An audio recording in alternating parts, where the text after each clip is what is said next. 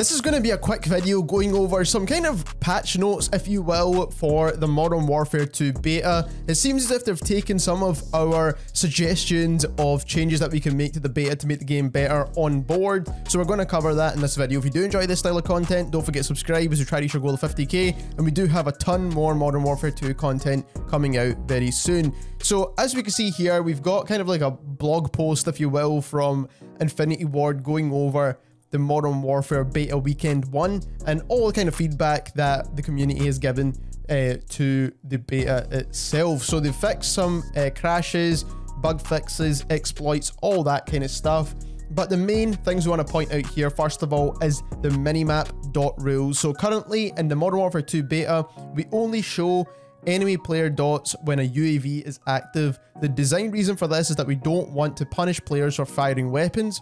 We also want players to actively search out the origin of gunshots versus traveling directly to the dots on the minimap. We continue to gather feedback on this and how the game is playing with regards to this topic. So from the sounds of things, basically they don't want to punish players, obviously, for firing their guns, but I mean, there was a really good balance with suppressors that if you do not want to show up in the minimap, you won't if you had a suppressor, and then if you didn't really care too much and you'd rather have some other attachments, then you can still show up on the minimap. I still think the standard minimap is better than this new option. I understand the idea behind it, but I still think the standard minimap should still take place in Modern Warfare 2.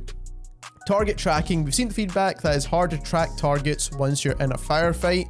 We agree that this is an issue, and we have the changes incoming to reduce muzzle flash, smoke capacity, and increase the visibility of muzzle flash.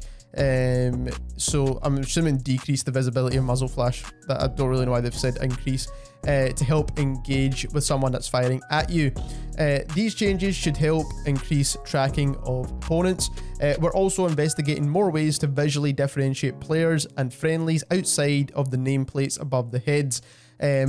This can take place inside weekend 2 of the beta, so that's pretty good. That's a very quick change. Like I said, a lot of these changes can be fixed very quickly, like the opacity of muzzle flash, smoke, all those kind of things. So they are reducing that. That's something that's just kind of across the board agreed upon. So they have taken a look at that, and they will fix it for beta 2 or the weekend for the beta 2. So that is going to be fantastic to see. User interface, we've seen the feedback around editing perk packages, managing loadouts, and accessing the armory. We have identified some UI changes essentially, and they'll be fixing that in time for beta weekend 2 as well. So again, the UI stuff was very easily sorted. It was just in a case of it is a bit complicated to use, so hopefully they can make it a lot easier to use. It's some simple stuff, so hopefully they sort that out. Perks now.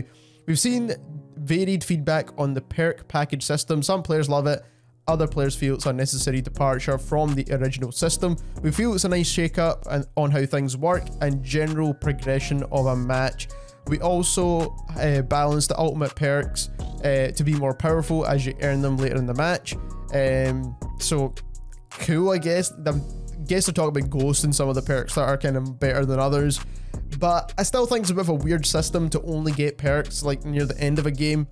We'll continue to testing throughout the beta weekend 2, including drastically accelerating the earn rate to see how players react. So this is basically going to give you those perks a lot quicker.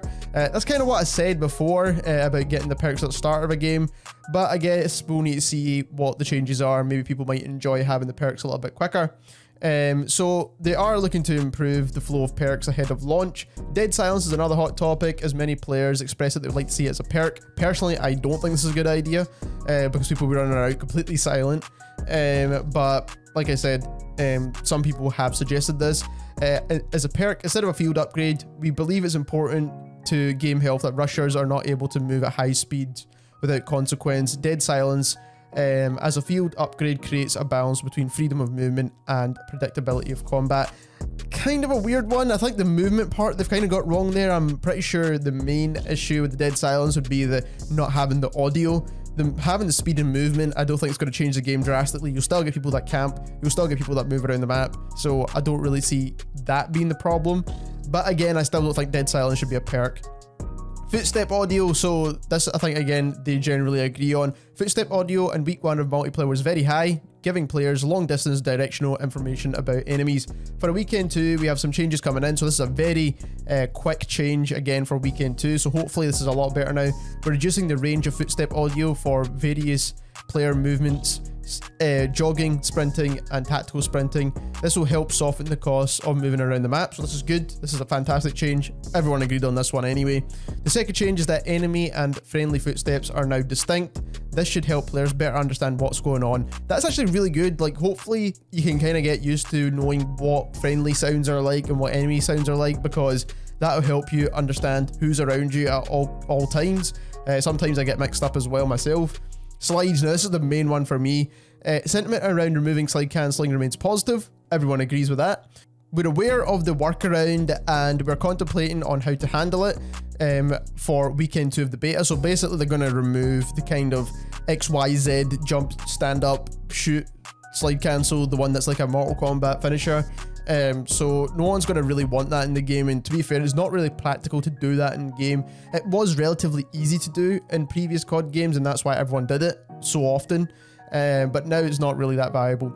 Additionally, we have some other changes to slides ahead of launch, which will make the movement feel a bit more fluid and snappy. So hopefully you get a bit of a boost, hopefully you can still shoot, but my thing still remains that when you are dolphin diving, you should be able to shoot with that as well, and jumping should also give you a boost so you don't need to have bunny hopping. I think maybe they'll address that after weekend 2 of the beta. I'm not really too sure, but hopefully they do. If you did enjoy this video, you learned something new, don't forget to subscribe, and thank you very much for watching.